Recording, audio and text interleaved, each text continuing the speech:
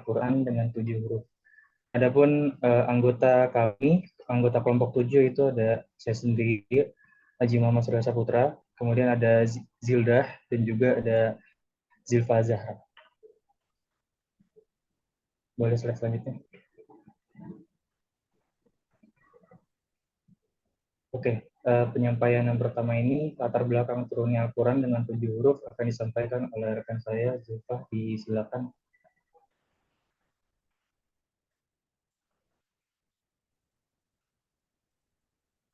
Baik, terima kasih. Yang pertama adalah latar belakang turunnya Al-Quran dengan 7 huruf.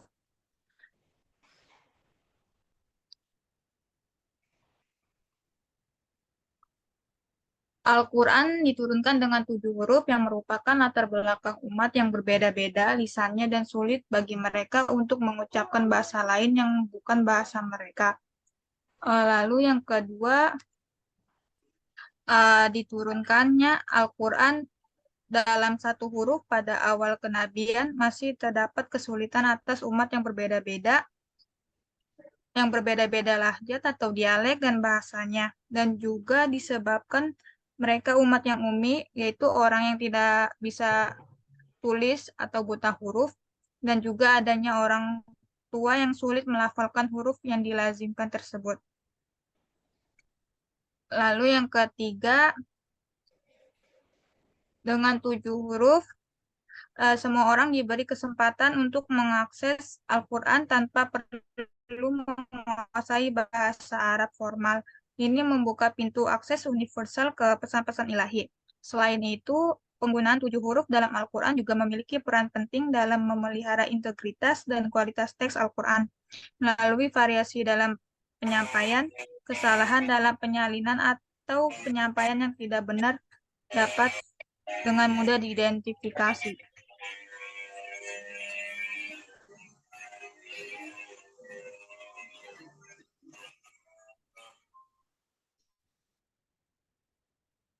Lalu yang kedua ada deskripsi vokal dalam tradisi Arab. Yang pertama yaitu fungsi vokal. Tanda vokal yaitu kalau dalam bahasa Arab itu adalah harokat, digunakan untuk memberikan informasi tentang pelafalan kata dan tata bahasa. Mereka membantu menentukan huruf vokal yang ada dalam kata dan membantu pemahaman konteks kalimat. Yang kedua ada 3 vokal utama. Bahasa Arab memiliki 3 vokal utama yaitu A, I, U. Yang A adalah fathah, I adalah kasroh, U adalah domah. Tanda vokal akan mengindikasikan bunyi vokal yang sesuai dengan kata. Yang ketiga ada tanda vokal. Dalam tulisan Arab, tanda vokal biasanya ditampilkan sebagai tanda kecil yang ditempatkan di atas atau di bawah-bawah huruf. Contohnya seperti fathah ditandai dengan garis horizontal di atas huruf. Nah, contohnya seperti huruf ba. Yang kedua ada kasroh yaitu i dengan tanda di bawah seperti huruf hi. Yang ketiga ada domah yaitu u dengan tanda di atas huruf, yaitu contohnya seperti ru.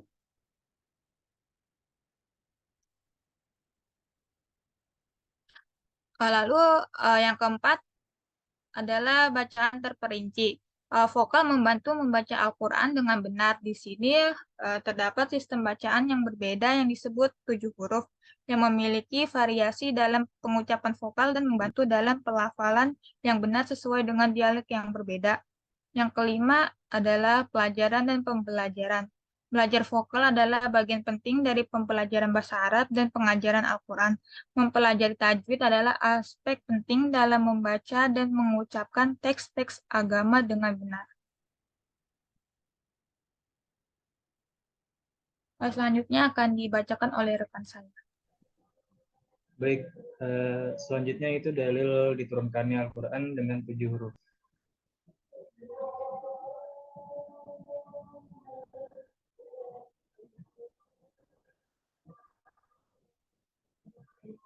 Nah, berikut hadis-hadis mengenai turunnya Al-Quran dalam 7 huruf. Yang pertama itu hadis Umar bin Khattab radhiyallahu anhu. Beliau berkata, aku melewati Hisham bin Hakim bin Hizam sedang membaca surat Al-Furqan. Waktu itu Nabi Muhammad SAW masih hidup.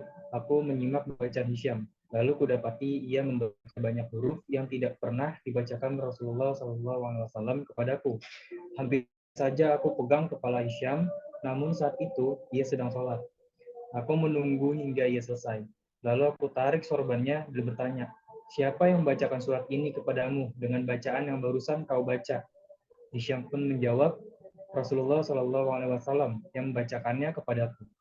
Lalu aku berkata, engkau berdusta. Sesungguhnya Rasulullah SAW telah membacakan surat itu kepadaku dengan bacaan yang tidak seperti bacaanmu. Kemudian aku bawa Hisham menemui Rasulullah, lalu aku berkata, aku telah mendengar orang ini, yaitu Hisham, membaca surat Al-Furqan dengan huruf yang tidak engkau bacakan kepadaku. Rasulullah bersabda, lepaskan dia, wahai Umar, dan bacakan, wahai Hisham. Kemudian Hisham membacakan kembali surat itu dengan bacaan yang tadi aku dengar. Rasulullah bersabda, demikianlah ayat-ayat itu diturunkan. Kemudian Rasulullah SAW berkata, bacalah wahai Umar, aku pun membacakan surat itu dengan bacaan yang dulu diajarkan Nabi Muhammad SAW. Beliau pun berkata, demikianlah ayat-ayat itu diturunkan. Lalu beliau bersabda, sesungguhnya Al-Quran itu diturunkan dalam 7 huruf, maka bacalah apa yang mudah darinya.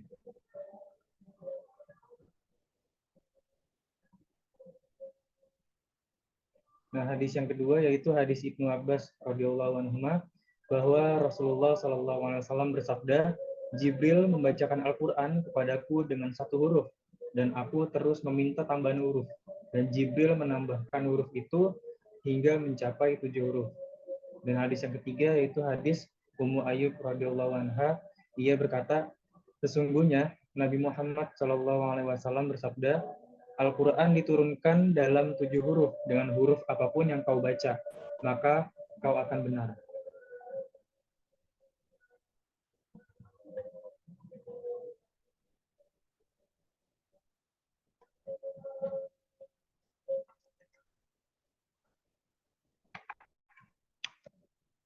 Oke, selanjutnya perbedaan pendapat ulama seputar pengertian 7 huruf.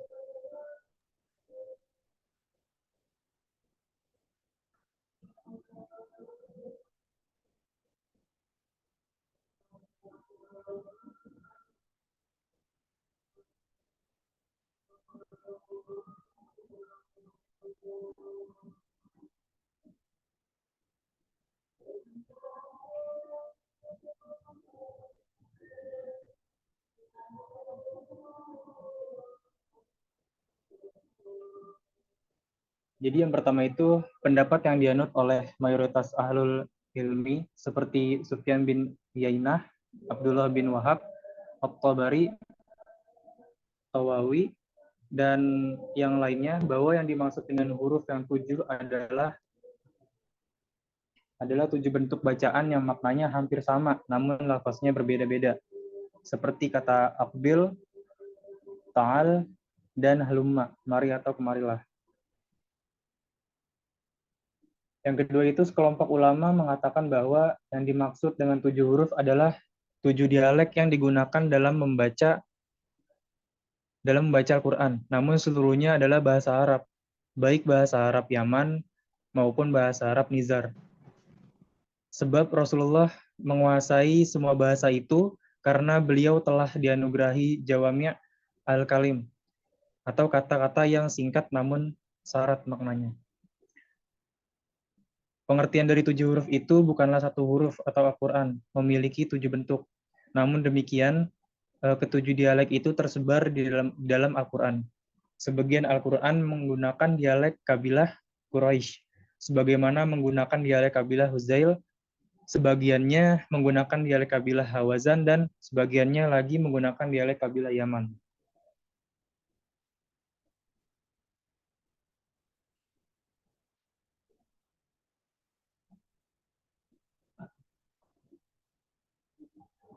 Yang ketiga itu, ketujuh dialek itu terdapat pada dialek kabilah Nudor. Demikianlah yang dikatakan oleh sekelompok orang. Mereka berargumentasi dengan ucapan Utsman, yaitu Al-Quran itu diturunkan dengan dialek kabilah Mudhar. Mereka juga berkata adalah boleh bila sebagian dari ketujuh dialek itu merupakan dialek kabilah Quraisy, sebagiannya dialek kabilah Kinanah, sebagiannya merupakan dialek kabilah Asad, sebagiannya dialek kabilah Zul, sebagiannya dialek kabilah Taim, sebagiannya merupakan dialek kabilah Dobah, dan sebagiannya lagi merupakan dialek kabilah Qais. Mereka berkata, kabilah Mudhar itu mencakup 7 dialek tersebut dengan susunan seperti ini. Oleh karena itulah, Ibnu Mas'ud menyukai bila orang yang menulis mushaf Al-Quran berasal dari kabilah Mudhar.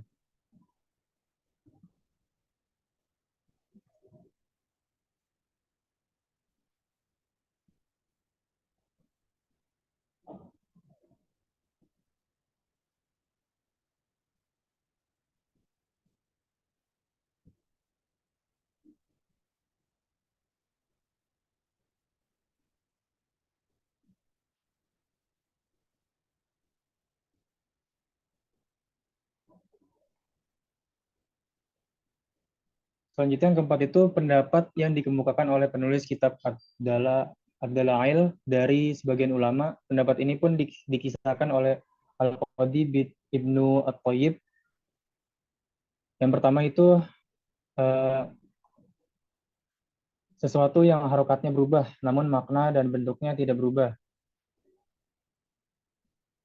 Misalnya, hunna atau haro lakum, mereka lebih suci. Kedua, sesuatu yang bentuknya tidak berubah, namun maknanya berubah karena perubahan Arab. Misalnya, Rabbana ba'da bayna istafarona. Ketiga, sesuatu yang bentuknya tetap, namun maknanya berubah karena perubahan huruf. Misalnya firman Allah, kami menyusunnya. Misalnya firman Allah, kami menyusunnya. Keempat, sesuatu yang bentuknya berubah, namun maknanya tetap. Misalnya firman Allah, kalah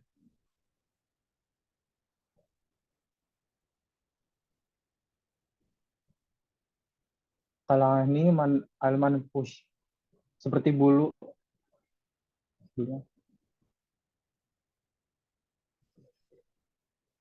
Berikutnya yang kelima, sesuatu yang bentuk dan maknanya berubah. Misalnya firman Allah, waja'at sakrahul mauti bil haqq, dan pohon pisang yang bersusun-susun. Kemudian yang keenam itu sesuatu yang berubah karena ada kata yang dimajukan dan diakhirkan. Dan yang ketujuh itu sesuatu yang berubah karena ada kata yang ditambahkan dan ada pula kata yang dikurangi. Misalnya itu tasya' wa yasmauna ni'matallah ni'mata allati.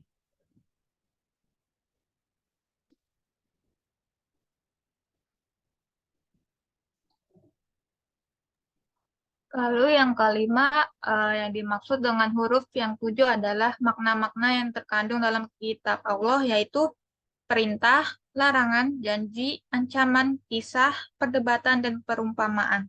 Namun Ibnu Atiyah berkata, pendapat ini adalah pendapat yang lemah, sebab hal-hal seperti itu tidak dinamakan huruf. Lagi pula, Ijma menyatakan bahwa perluasan itu tidak dapat diberikan untuk menghalalkan sesuatu yang halal, juga tidak diberikan untuk merubah suatu makna.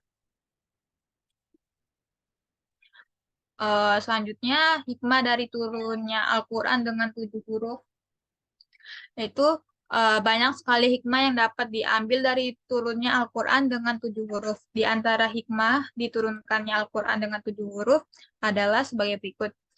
Bahwa Al-Quran dengan 7 hurufnya menjadi tantangan bagi seluruh bangsa Arab. Allah Subhanahu wa Ta'ala berfirman, katakanlah sekiranya bangsa jin dan manusia berkumpul untuk mendatangkan yang semisal Al-Quran, niscaya mereka tidak akan mampu melakukannya, meskipun sebagian mereka menolong sebagian yang lain.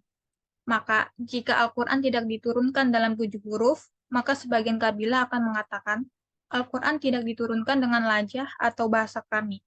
Jika Al-Quran diturunkan dengan bahasa kami, maka kami akan datangkan sesuatu yang semisal dengan Al-Quran. Lalu yang kedua, 7 huruf sebagai bentuk keringanan dan rahmat terhadap umat Islam. Yang ketiga, membantu menyebarkan dakwah Islam, karena dakwah Islam sangat berkaitan dengan tersebarnya Al-Quran, dan tersebarnya Al-Quran sangat berkaitan dengan sarana kemudahan lajah dan ragam bahasa yang dipakai bangsa Arab kala itu. Yang keempat, 7 huruf adalah simbol mujizat Al-Quran dibarengi dengan sifat Al-Quran yang ringkas, dengan artian setiap huruf sama dengan satu ayat. Dan tentu saja makna yang dapat ditarik dari ayat Al-Quran itu akan beraneka ragam selama hurufnya juga bermacam-macam. Yang kelima, mempersatukan seluruh dialek bangsa Arab dan mempersatukan umat Islam. Keenam, 7 huruf adalah ciri khas Al-Quran. Lalu yang terakhir, 7 huruf adalah ciri khas umat Muhammad Shallallahu Alaihi Wasallam. Sekian presentasi kelompok kami. Syukron. Saya kembalikan kepada moderator. Baik, demikian telah kami paparkan materi kelompok kami. Selanjutnya masuk ke sesi tanya jawab atau diskusi. Dipersilakan teman-teman yang mau bertanya untuk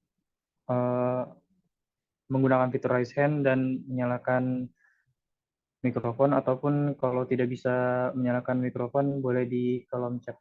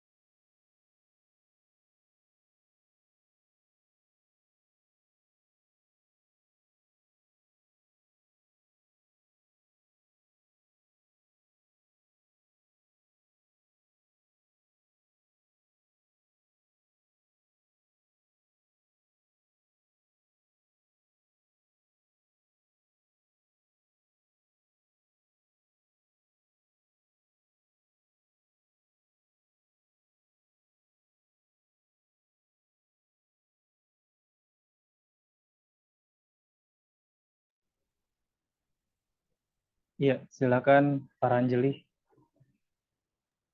Oke, terima kasih atas kesempatannya. Sebelumnya saya ingin bertanya, yang dimaksud dari 7 huruf ini sama nggak kayak qiraat sab'ah atau qiraat ya qiraat itu. Nah, terus 7 ini kan katanya ada 7 bahasa gitu. Itu apakah ada kelebihan dan kekurangan dari ketujuh ketujuh apa namanya huruf itu, atau ada pas dari antara 7 itu yang paling mencolok gitu, apa gimana ya? Yang paling sering digunakan gitu. Mungkin itu dapat dipahami. Oke, ini untuk pertanyaan kedua ya, apakah ada kelebihan dan kekurangan dari turunnya 7 huruf Al-Quran ya? Begitu bukan? Iya, terus dari 7 itu apa ada salah satu yang kayak paling sering digunakan atau di yang paling ya gitu.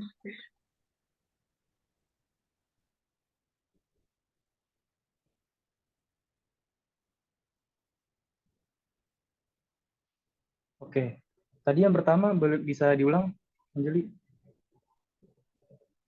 7 huruf yang dimaksud ini sama kayak qiraah sab'ah atau bukan gitu.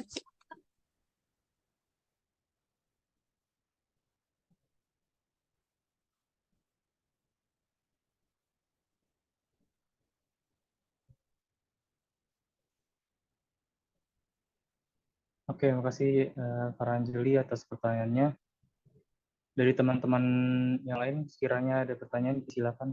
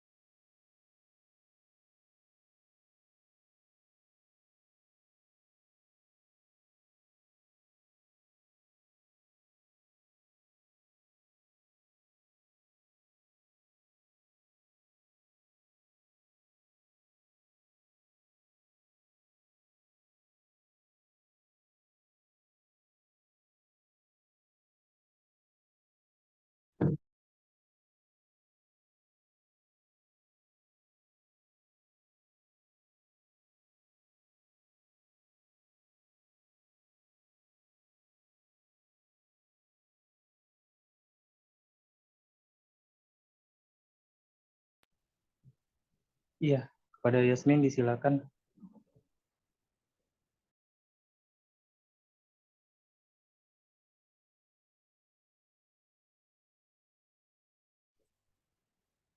Oke, izin bertanya, bagaimana sih para ulama dan para cendekiawan Muslim modern itu dalam memahami konsep 7 huruf dalam Al-Quran? Nah, terutama dalam konteks kemajuan dalam ilmu tajwid dan qiraat Al-Quran.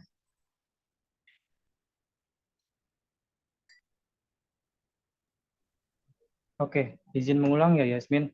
Bagaimana para ulama dan cendekiawan Muslim modern dalam memahami turunnya 7 huruf Al-Quran itu ya? Iya, Oke, terima kasih Yasmin atas pertanyaannya.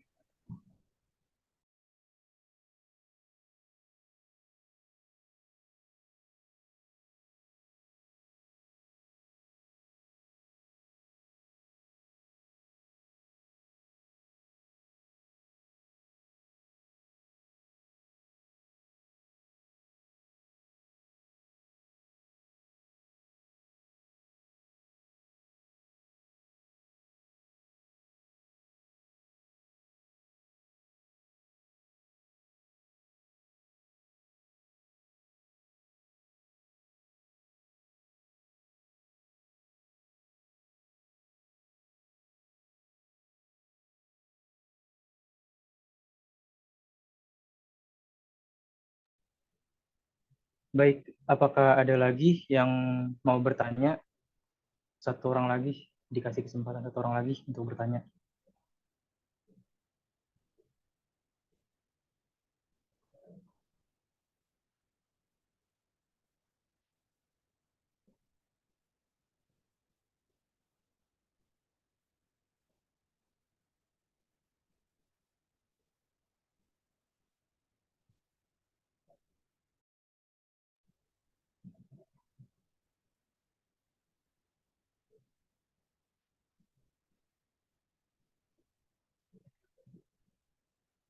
Oke, kalau ada yang belum bertanya, kalau ada yang belum bertanya lagi, saya izin jawab ya dari pertanyaan Anjeli.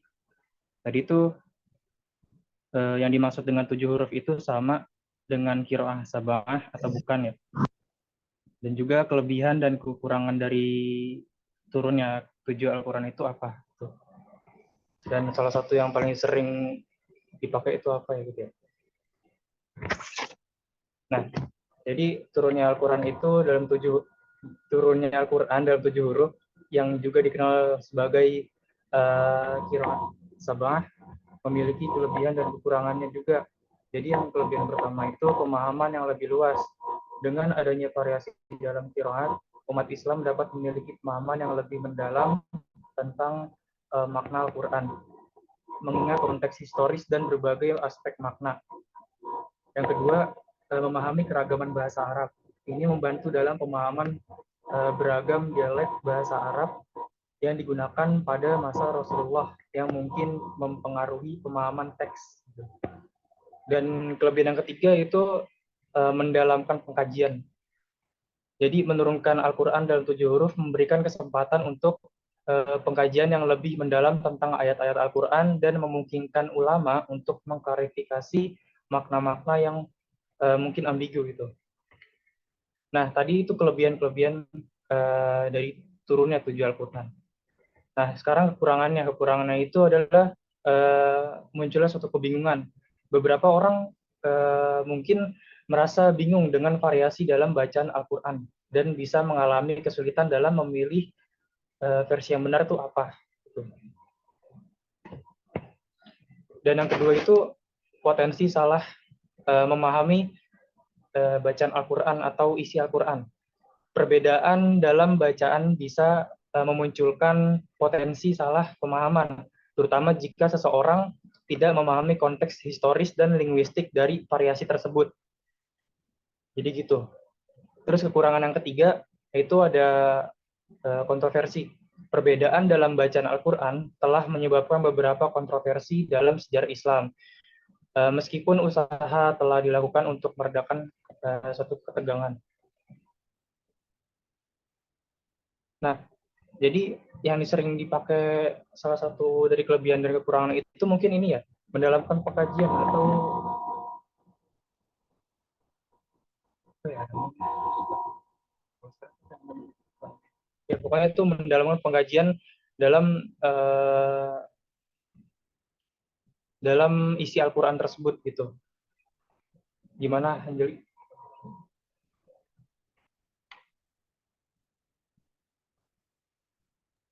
Berarti sama ya, sama kayak qiraah sab'ah. Iya, Gimana, Ci? iya betul, Anjeli. Oh, terus kan ada kayak riwayat, ada 7 riwayat itu. Nah, itu maksudnya yang ditanya.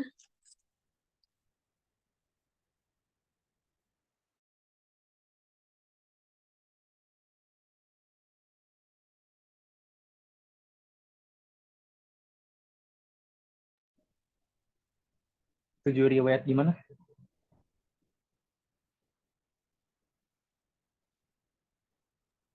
Gak jadi nih, gak jadi itu aja. Oke, makasih ya, syukran. Oke, syukron Anjeli.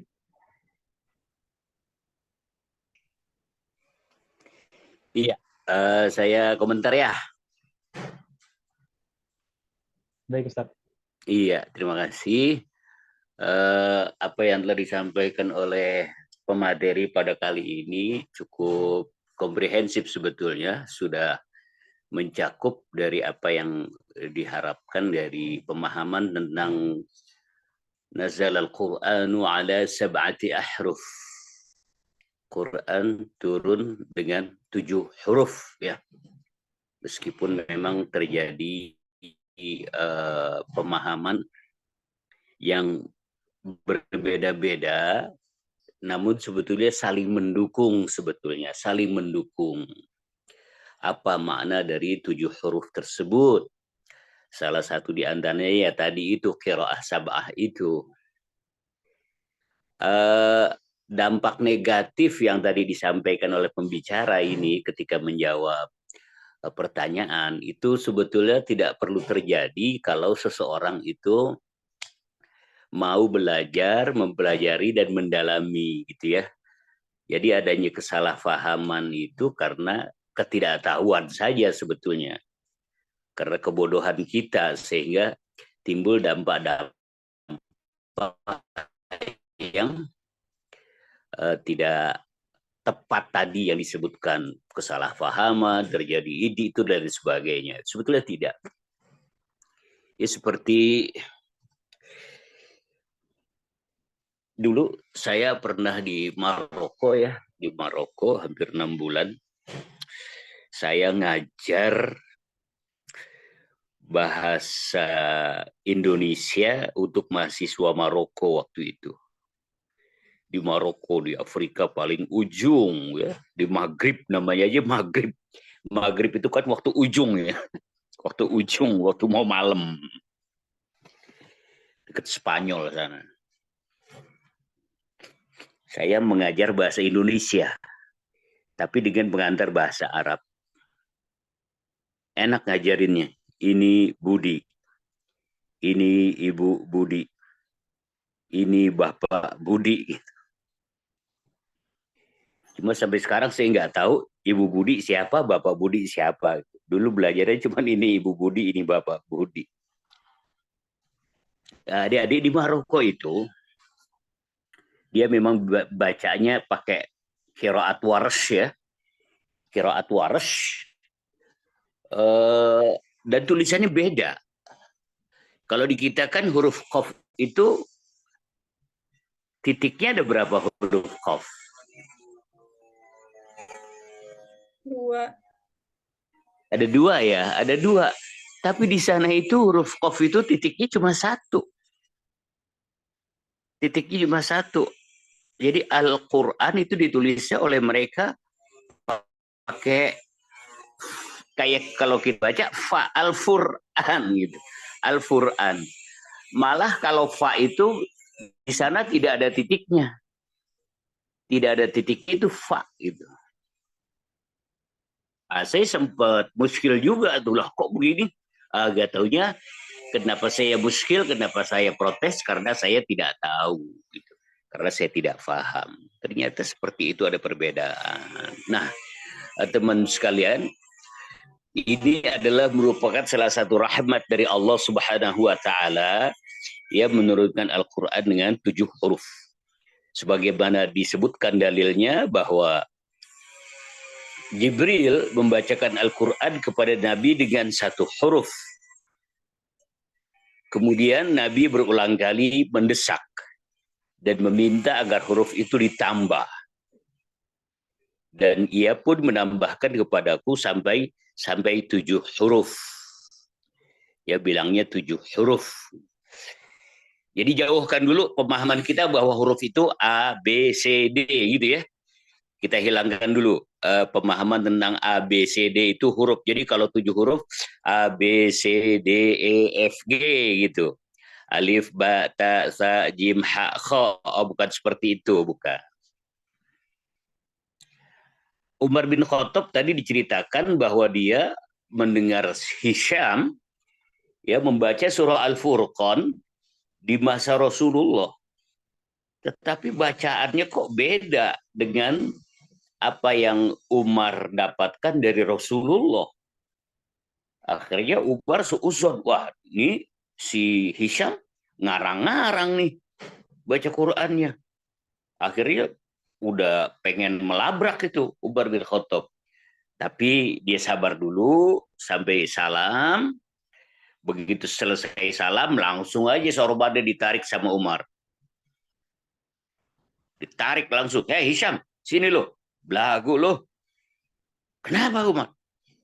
Kamu kok membaca surat kayak begitu? Lalu Hisham berkata, loh aku diajarkan oleh Rasulullah seperti itu. Kata Umar, oh tak mungkin, mustahil, mustahil. Saya diajarin oleh Rasulullah begini. Tapi kata si Hisham, betul saya diajari oleh Rasulullah seperti itu. Akhirnya diseret saja oleh Umar bin Khattab ke hadapan Rasulullah. Lalu dicerita si Umar tentang bacaan si Hisham yang beda itu tidak seperti yang dia dapatkan dari Rasulullah. Lalu Rasulullah bilang, Umar, santai, santai, sabar, santai kayak di pantai, cool.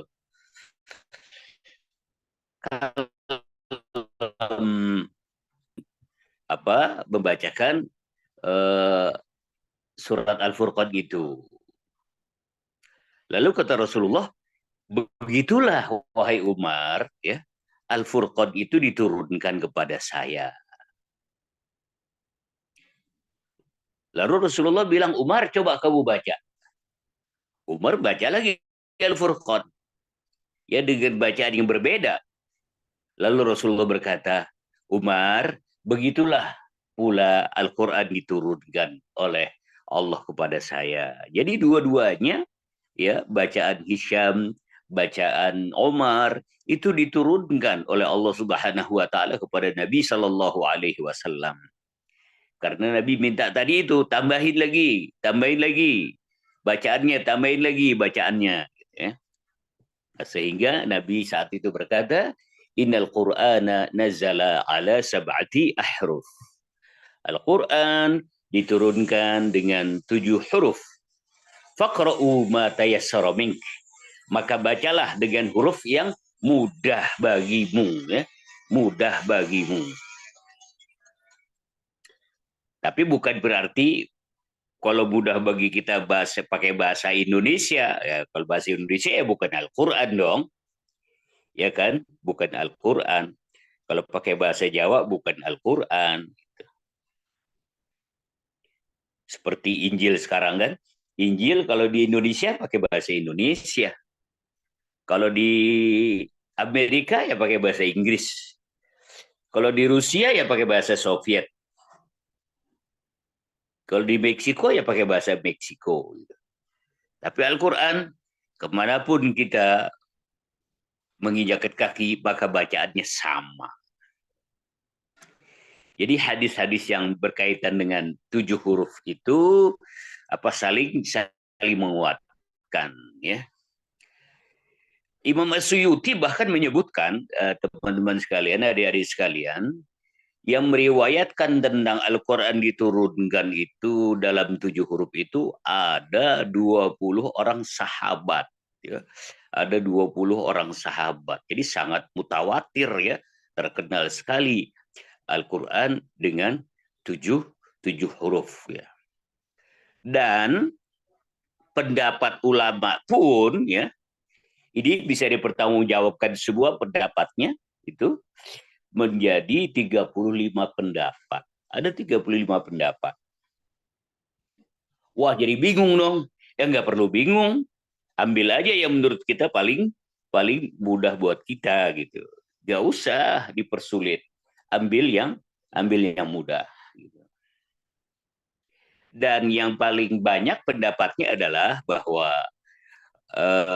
yang dimaksud dengan 7 huruf ialah yaitu 7 macam bahasa dari bahasa Arab mengenai suatu makna.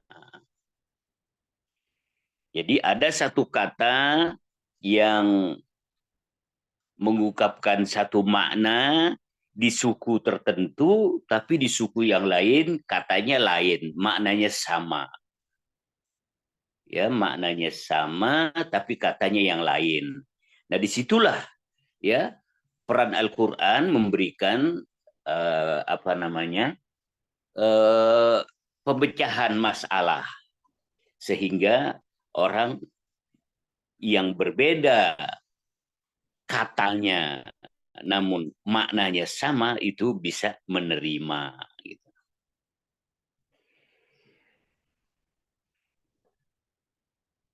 Tapi kalau maknanya berbeda, lafadznya sama, biasanya yang diambil lafadznya. Para ulama menyatakan 7 huruf itu 7 bahasa, yaitu bahasa Quraisy, ya, bahasa Huzail, bahasa Thaqif, bahasa Hawazin, bahasa Kinana, bahasa Tamim, dan bahasa Yaman. Awas, Yaman juga bukan berarti yang qaf dibaca go, ya. Qaf dibaca go itu bukan bahasa fushanya gitu. Bukan itu amiyahnya. Qala dibaca gal gitu. Itu bukan bahasa fusha.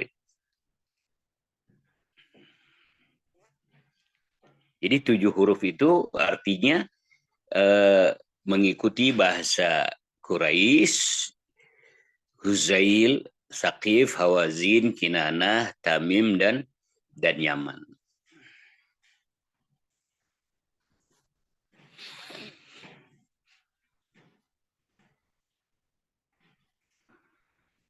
Ada pendapat yang ketiga, ini lebih modern lagi. Pendapat kedua agak modern, yang dimaksud dengan 7 huruf, yaitu apa yang disampaikan oleh Ibnu Mas'ud. Ibnu Mas'ud agak modern dia, meskipun dia sahabat Nabi juga, dia menyatakan maksud 7 huruf itu adalah 1, Al-Quran itu berisi amr, perintah. 1. 2, Al-Quran itu berisi nahyu, larangan. 3, Al-Quran itu berisi al-wa'id, ancaman. 4, Al-Quran itu berisi al-wa'ad, janji. 5, Al-Quran itu berisi jadal, perdebatan. 6, Al-Quran itu berisi qasas, kisah-kisah, cerita-cerita. 7, Al-Quran itu berisi al-amsal, perumpamaan-perumpamaan. Inilah 7 huruf yang dikatakan oleh Abdullah ibnu Mas'ud radhiyallahu ta'ala anhu.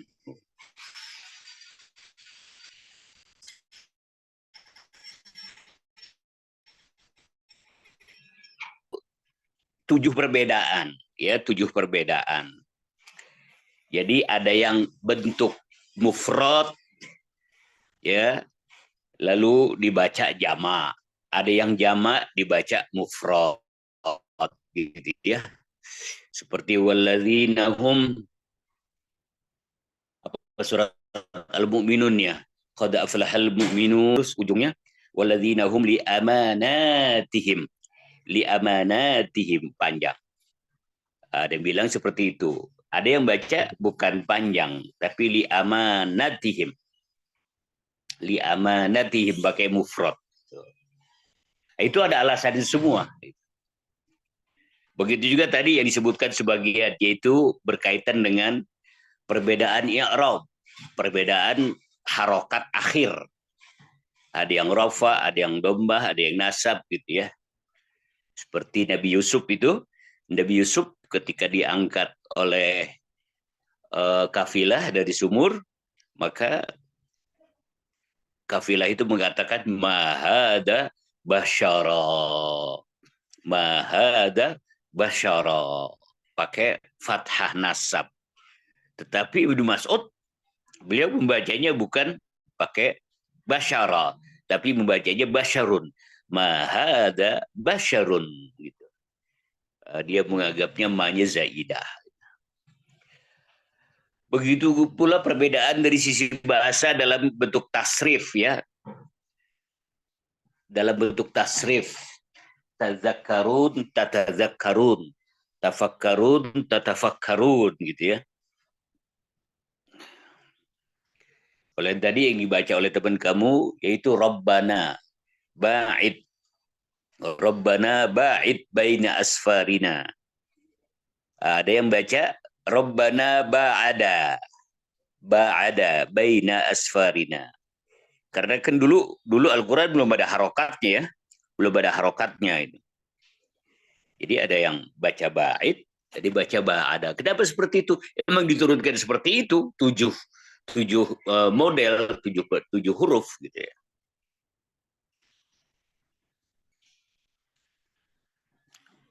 Ada juga yang menyatakan bahwa maksud 7 huruf itu bukan berarti 6, 7, 8, bukan seperti itu. Tetapi maksud 7 ya, itu adalah batas puncak tertinggi. Ya, kata-kata sab'ah itu dalam Al-Qur'an, sab'ah itu sering dipergunakan untuk menunjukkan jumlah yang banyak, jumlah yang sempurna, ya. 7, 70, 700, 27 gitu ya. Seperti sholat ya. Sholat yang kita lakukan itu berjamaah, pahalanya berapa kali lipat dibandingkan dengan sholat sendiri. Sholat berjamaah. Pahalanya berapa? 27. 20? 7. 27. Gitu. Itu bukan berarti maksudnya 27 gitu. Itu menunjukkan puncak kesempurnaan. Bukan berarti pahalanya 27 buah gitu. Bukan puncak kesempurnaan. Begitu juga sabda Nabi yang bilang apa? Iman itu ada 77 cabang. Gitu. 77 cabang. Ya bukan berarti saklek 77, tidak, artinya banyak gitu kesempurnaan apa yang berkaitan dengan angka 7. Lalu itu pendapat selanjutnya yang tadi ditanya oleh siapa tuh? Itu maksud dari 7 huruf adalah qiraat 7, qiraat sab'ah. Ya, qiraah yang masyhur. Sebetulnya sih ada qiraah 10 gitu.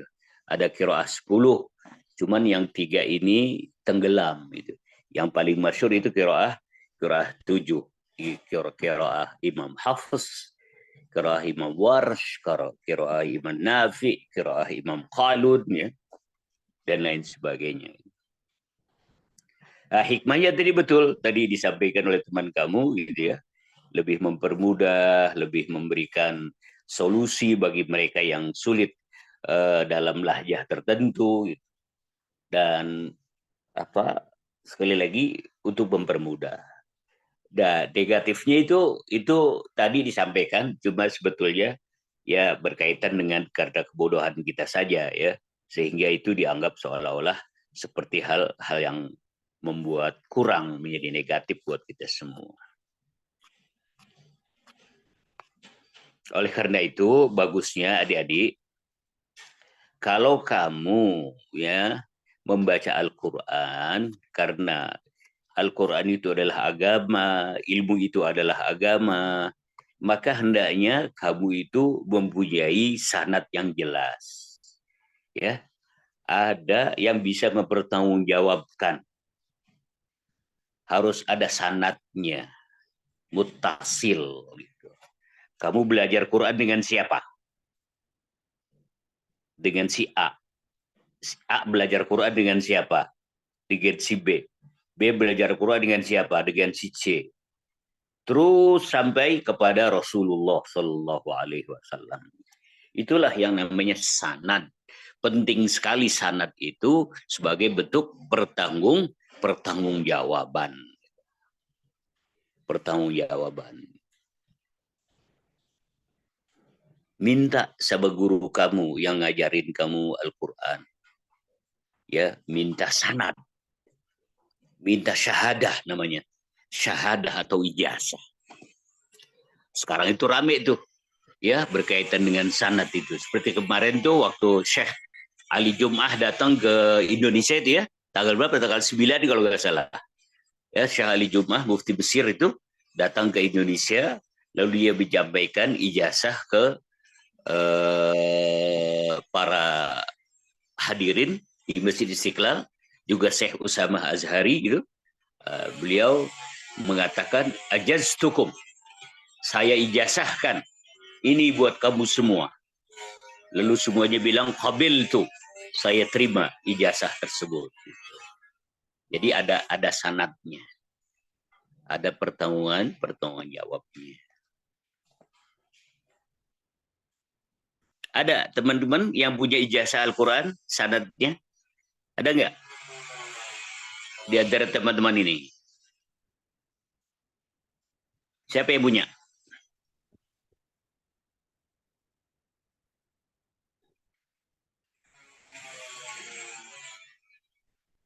Nggak ada yang punya ya?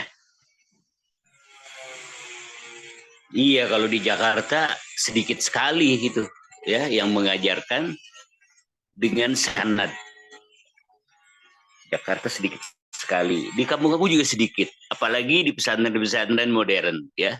Di pesantren modern juga sangat jarang. Kebanyakan pesantren-pesantren yang tradisional. Pesantren-pesantren kuno ya, pesantren salaf.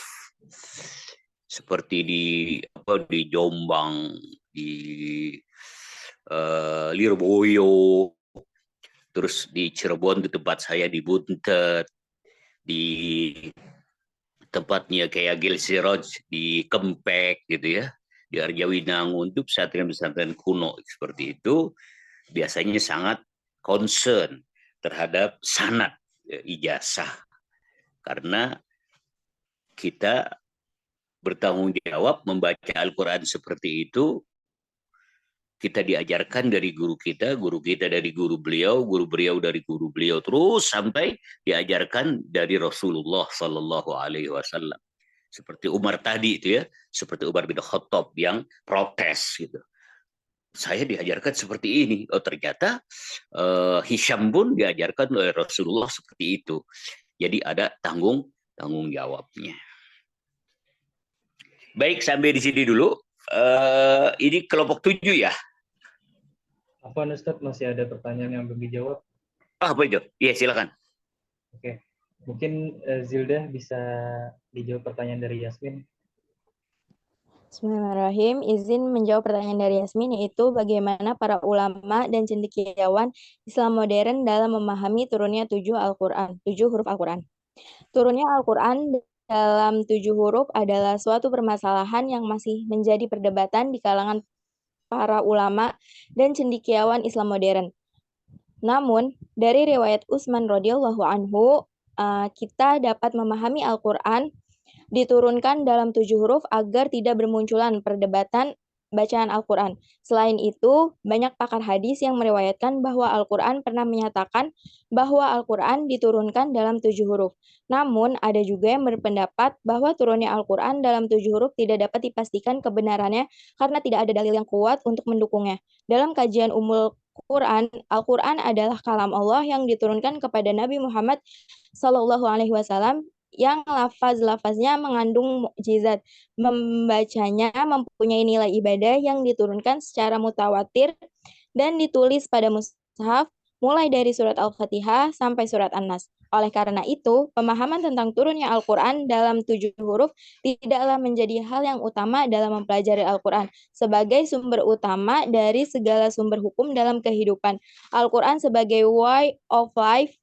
Untuk itu umat Islam harus berusaha mengetahui dan memahami isi kandungannya secara komprehensif. Gimana, Yasmin? Syukran.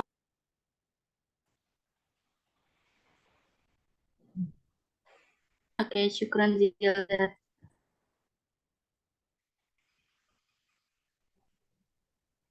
Baik, syukron Yasmin atas pertanyaan dan syukron juga untuk Yulda atas jawabannya. Dari teman-teman, apakah ada pertanyaan lagi?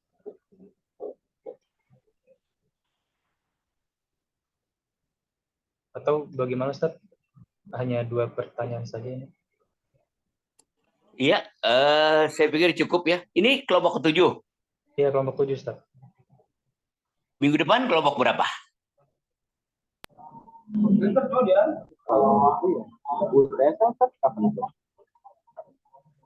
Satmiko? Satmiko saya kirain perempuan ini. Belum ada perempuan yang nggak berjilbab. Satmiko, ada berapa kelompok? Oh, masih ada ini 14 kelompok ya? Ya berarti minggu depan ini ya. Minggu depan UTS ya. UTS gini teman-teman, kamu buat semacam chapter book ya, buku kecil ya. Buku kecil berisi tentang ikhtisar mata kuliah yang telah kamu pelajari dari bab pertama sampai bab 7 ini. Ya, katakanlah ringkasan lah begitu, ringkasan ya, chapter book ya. Kamu buat ya masing-masing, bukan per kelompok, masing-masing. Dan ya, maksudnya itu ringkasan itu apa yang dipelajari selama ini. Iya, semacam ringkasan gitu ya, ringkasan atau chapter book gitu. Kamu buat ringkasannya, ya ditulis dengan tangan, jangan ditulis dengan ketik. Karena kalau ditulis dengan ketik pasti kamu copy, paste, lalu ganti model hurufnya. Udah gitu kamu kan selama ini jarang nulis. Kamu jarang nulis, tangan kamu kaku semua, kram. Ya, kamu nulis ya. Gimana, apa mau ulangan UTS dalam bentuk soal-soal? Apa gitu aja? Ayo. Soal. Swear.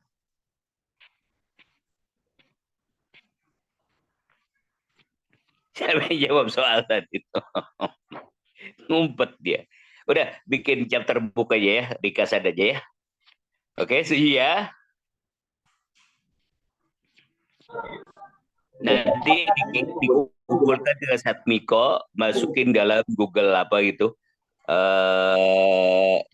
Drive ya, Google Drive atau Cloud gitu. Ya. Gimana Farah? Kalau soalnya PG atau esai atau gimana, Sat? Wah, itu yang susah lagi. Ntar saya bikin yang susah. Coba kalau misalkan apa yang dimaksud dengan 7 huruf, sebutkan beberapa pendapat para ulama tentang 7 huruf. Terkamu puyeng. Gitu, Neng. Puyeng lagi kamu ntar. Oke, Apa yang disebut dengan ayat muhkam dan mutasyabih? Apa pengertian asbab nuzul dan hikmah-hikmahnya? Waduh, luar biasa, berat sekali tidak buat kamu. Ya, kamu biar buat ringkasan aja ya. Ya, buat ringkasan, chapter book. Coba nulis itu. Biar tangan kamu nggak kaku.